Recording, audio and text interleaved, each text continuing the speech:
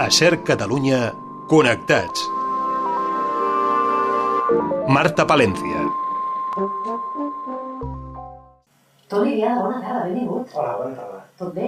Molt bé. Molt contenta de veure't amb en Toni darrerament, el tenim aquí als estudis de Ràdio Barcelona, al Connectats, per parlar de moltes i moltes eines que ens dona Innova. Avui estava pensant, Toni, que seria interessant parlar dels codis QR, que aquí en el programa n'hem parlat. Alguns de forma molt positiva, d'altres no tant. Però sobretot m'agradaria parlar de les diferents possibilitats que teniu, amb els codis QR i des d'Innova. Per on comencem? Doncs podríem començar explicant el que és el codi QR. Jo penso que sí, pels més potser despistats o potser dir, ostres, com va això? Com funciona? El codi QR és com un codi de barres, però en format de quadrats. Sí. De forma que podem, a través de l'escàner, llegeix aquesta informació a través de quadrats i llavors la transforma en un text. Llavors aquest text pot ser una pàgina web. Això és ideal perquè jo moltes vegades intento que la gent s'imagini, que es fixi, sobretot quan va pel carrer, i es fixi en els aparadors, els escaparates, en moltes botigues i a més que cada cop estan posant més. Llavors tu pots anar a apropar-te a aquesta mena de quadradet. Ho escaneges a través de l'aplicació del mòbil i llavors t'aporta a una pàgina web o t'aporta més contingut tipus telèfon, e-mail, qualsevol tipus d'informació. Vosaltres des de l'agència aposteu per aquests codis, per les apps, no? Totalment.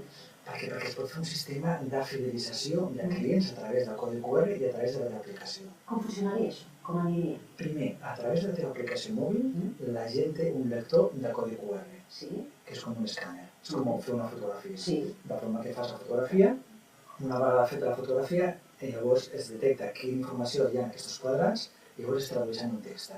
Si aquest text és, per exemple, una promoció, tipus braves gratis, llavors d'aquesta manera ja estàs accedint a aquest tipus de promoció que fa aquest restaurant. De forma que el restaurant pot fer una campanya de màrqueting a través de la seva aplicació de tipus, si una persona ens ve a dinar 5 vegades, la vegada número 5 li comprem unes patates braves. Llavors, d'aquesta manera, es pot fer que a través de definir aquest tipus d'estratègia es crea un codi QR especial per a aquesta campanya i d'aquesta manera, quan els usuaris arriben cap al restaurant, escanejaran el seu codi QR i llavors, quan portin 5 vegades, llavors podran obtenir aquesta fidelització de cara a l'usuari. Els codis QR, clar, aquí en el programa n'hem parlat molt, com deia a l'inici. Creus que realment s'utilitzen tot el que es deurien utilitzar o es pot utilitzar? Jo crec que s'estan utilitzant l'1% del que es poden utilitzar. De les possibilitats, no? Moltes possibilitats. També és veritat que és com tot, que hi ha gent que utilitza el codi QR de forma incorrecta. Com per exemple, m'ha passat més d'una vegada en algun restaurant al carrer, escaneja el codi QR i t'envien una pàgina web feta en flash. Els dispositius mòbils que s'entenen en flash. Llavors, si es fa servir d'una forma correcta, com per exemple, tu imagina't una estratègia de màrqueting a través de la teva aplicació de forma que pots definir. Doncs mira, pots fer una campanya durant el mes de maig. Cada vegada que la gent escanegi el codi QR, per exemple, si es coneixen 3 vegades seguides, amb un període de latència entre escàner i escàner d'un dia, d'aquesta manera que fem? Estem obligant que l'usuari vingui 3 vegades a la nostra botiga. Si ha vingut 3 vegades a la nostra botiga física, llavors li premiem algun tipus d'objecte. Llavors, d'aquesta manera podem fer aquesta fidelització de l'usuari que ens arriba a la nostra botiga, ho escaneja 3 vegades, és un usuari fidel, li premiem amb algun detall. D'aquesta manera aconseguim cuidar els nostres clients, que és molt important avui en dia. Sí, remarques molt, és veritat, el fidelitzar, el donar, és una mena de recompensa, no? I també pot ser servir per la gent que no es coneix. Imagina't que fas uns cartells en el qual col·loques el codi QR i dius escanea la nostra aplicació, és l'aplicació de la teva empresa, i si escaneges aquest codi QR, obtindràs, en el cas d'un bar, olives gratis. Llavors, d'aquesta manera tan divertida, la gent igual no coneixia aquell bar, escaneja el codi QR i llavors va cap allà i llavors van i prenen aquest tipus de servei. La gràcia que es pot fer també per captar clients nous cap als restaurants, cap als bars, cap a les botigues. Permet captar client nou i també permet fidelitzar client nou. Però ho has dit molt clarament, sobretot sempre que es faci un bon ús dels codis QR. Però això és en tot, en tecnologia és importantíssim. O sigui, si tu ho fas bé, ho desenvolupes bé, amb totes les idees, tots els punts i comes ben posats, realment li pots treure un partit brutal. Aquestes són les estratègies des del punt de vista de màrqueting, perquè portem molts anys al sector d'internet i el que volem és coses efectives que facin que els nostres clients neguin més. Des d'Innova ho tenim molt clar. Llavors, d'aquesta manera fem que la teva pròpia aplicació sigui una eina de màrqueting molt potent per captar client nou i també per fidelitzar els teus clients que ja arriben el que són la teva botiga, el teu e-commerce, la teva empresa de serveis. És una eina molt potent de màrqueting. Molt potent que jo he vist a moltes persones i cada vegada estic veient més persones que les porten a les seves targetes de visita.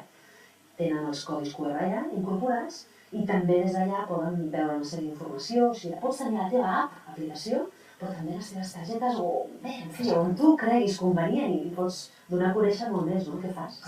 Perquè el codi QR és com un link que traspassa del món del paper al que seria el món del mòbil. D'aquesta manera és com un link. De lo físic al virtual. I uneix. Això està molt bé. I és més, pensa que el codi QR també es pot enviar com a imatge per correu electrònic. O sigui, que permet moltes opcions.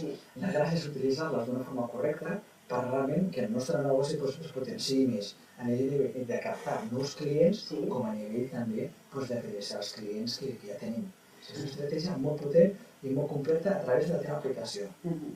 A mi cada vegada, Toni, m'agrada més i més donar a conèixer les eines que tenim avui dia al nostre abast gràcies a les noves tecnologies, perquè s'obre tot un món de possibilitats. I a més a més, d'aquestes possibilitats noves que apareixen, la gràcia és que les empreses no han de fer una gran inversió, que és molt important avui. Sí, això ho remarquem molt. Perquè no cal fer una gran inversió per estar posicionat a dalt de tot. Per potenciar-te. Nosaltres som una empresa petita i si escrius els protos Google apareixem a dalt de tot a Google. Ja portem uns quants anys, per això està molt bé. 16 anys o... Sí, portem molts anys al sector. En l'àmbit del màrqueting digital. En el màrqueting digital també. O sigui que la gràcia és que una petita empresa, un petit professional, llavors pot estar a dalt de tot i ben grans avui en dia.